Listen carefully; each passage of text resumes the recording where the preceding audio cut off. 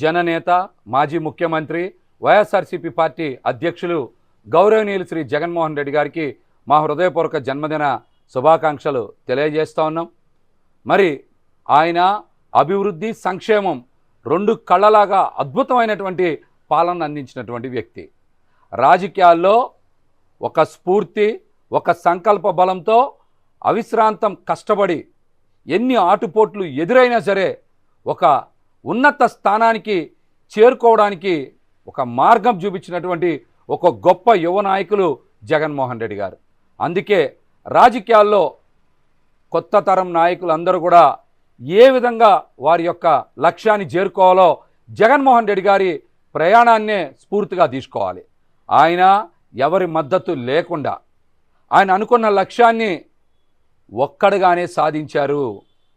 అటువంటి యొక్క గొప్ప నాయకత్వాన్ని ప్రస్తుత యువత అందరూ కూడా అధ్యయనం చేయాలని కూడా ఈ సందర్భంగా నేనైతే తెలియజేస్తున్నా.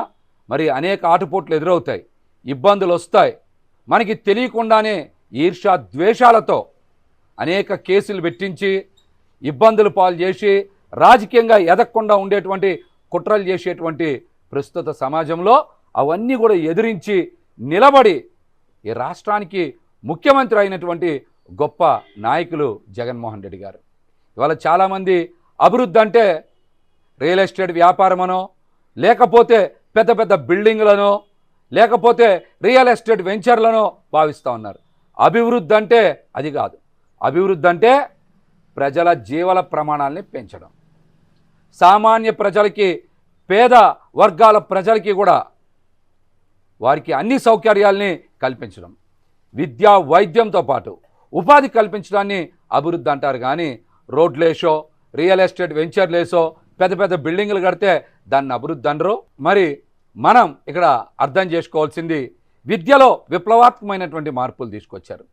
నాడు నేడు కింద బడులన్నింటినీ కూడా ఆధునీకరణ చేయడంతో పాటు విద్యార్థులందరికీ గొప్ప డ్రెస్సులు ఇవ్వడంతో పాటు వారికి ఇంగ్లీష్ మీడియం విద్య, ట్యాబ్లు అందించడం, అదేవిధంగా బైజూస్ సంస్థలతో ఒప్పందం చేసుకొని ప్రపంచ స్థాయిలో విద్యార్థులు అభివృద్ధి చెందాలని ఆంధ్రప్రదేశ్లో విద్యలో విప్లవాత్మకమైనటువంటి మార్పులు తెచ్చినటువంటి వ్యక్తి జగన్మోహన్ రెడ్డి గారు. అదేవిధంగా వైద్య రంగంలో మార్పులు తేవాలని మెడికల్ కాలేజీలని కేవలం 5 సంవత్సరాల కాలంలో 14 కొత్త మెడికల్ కాలేజీలని శంకుస్థాపన చేసి వదిలేలా నిర్మాణం చేసినటువంటి గొప్ప వ్యక్తి. అభివృద్ధి వికేంద్రీకరణ జరగాలని రాష్ట్రంలో అనేక చోట్ల పోర్ట్లు, హార్బర్లు నిర్మించినటువంటి గొప్ప వ్యక్తి జగన్మోహన్ రెడ్డి గారు. గొప్ప వ్యక్తి జగన్మోహన్ రెడ్డి గారు. అభివృద్ధి, సంక్షేమం మీరు చూసుకోవచ్చు, ఇవన్నీ గొప్పగా చేసి చూపించినటువంటి వ్యక్తి. మాటల్లో కాదు, చేతల్లో చేసి చూపించినటువంటి వ్యక్తి. ప్రస్తుతం మనం అందరినీ చూస్తూ ఉన్నాం ఎట్లాంటి పనులు చేస్తూ ఉన్నారు. ఇది సందర్భం కాదు కాబట్టి మాట్లాడట్లా నేను.